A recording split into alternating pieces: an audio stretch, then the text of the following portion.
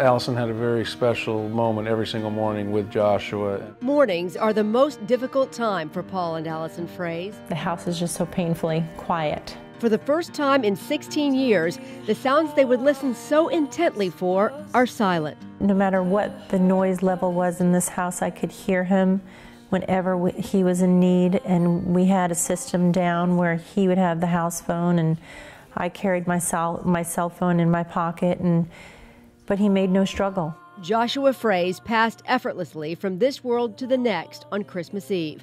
In his sleep, his heart simply stopped beating. But this isn't the story of a young man who died. It's the story of one who lived. 15 years, truly, Joshua's life was that of just overcoming obstacle after obstacle after obstacle. We just see a beautiful child here. We first met Joshua when he was 11 months old. Already, he had beaten the odds. During delivery, within minutes, he was just gone, and they told me in recovery that he would not survive the day. But he did survive, and at 3.5 months was finally diagnosed with myotubular myopathy, a rare and severe muscle disorder with only 50 known cases around the world. And if he made it to his first birthday, to bring him back and they would reevaluate him. And so truly, that was the beginning of our mission. The mission, find a cure for a disease they were told would likely take their son before his second birthday. As a defensive end for the Jacksonville Jaguars, Paul used the NFL platform to enlist anyone who would help. He credits Wayne and Dolores Weaver and his coach, Tom Coughlin, as pillars of Joshua's early support system. Coach Coughlin off the field, on the field, he's just, eat, drank, and slept football and was just a miserable person to be around. So, unless you were winning. And Judy would concur with yeah, we loved him as a coach because we knew exactly what we were getting. We were miserable at times, but we knew exactly what to expect from him. But there were a few times where Tom and Judy would come to the hospital and sit with us for a couple hours and not talk football. And we just saw a very, not a tender side, but we saw a compassionate side. The Coughlins and others helped them to frame the Joshua Frase Foundation.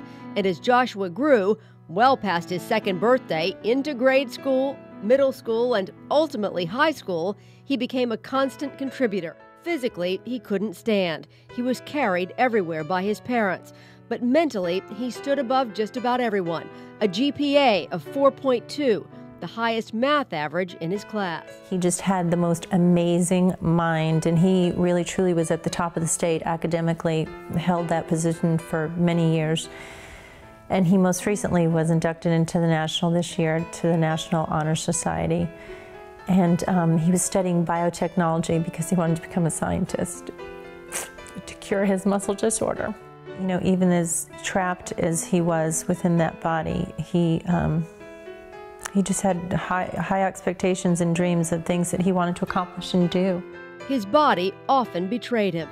I mean, there was probably 7 or 8 times in our home, in his bed, that we were ambu bagging him, bringing him back to life. There were many times at the hospital then, too. Oh, yeah, many times at the hospital. But his will never did. They'd say, this is it. Call your family in, have them come in. He's not going to make this. And he proved them wrong so many times over. And he truly had just such a tenacity to live. Joshua wanted to be the first person to undergo clinical trials, which will start soon due almost entirely to the research dollars his foundation has raised.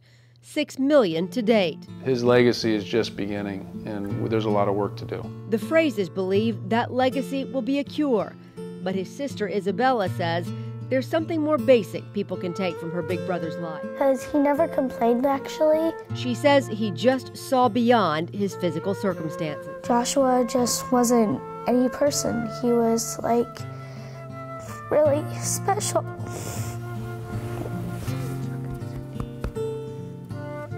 No one is ever prepared to lose a brother or a son, but while some may have seen a boy who was dying, Joshua and his family saw one who was living, and they hope that is a legacy as well. we'd pause just for 5 or 10 seconds and we'd look up at the stars. And then he'd look over at me, I'd look at him, we'd look back at the stars. Joshua's life was about relationship, and that's something that we all can learn from.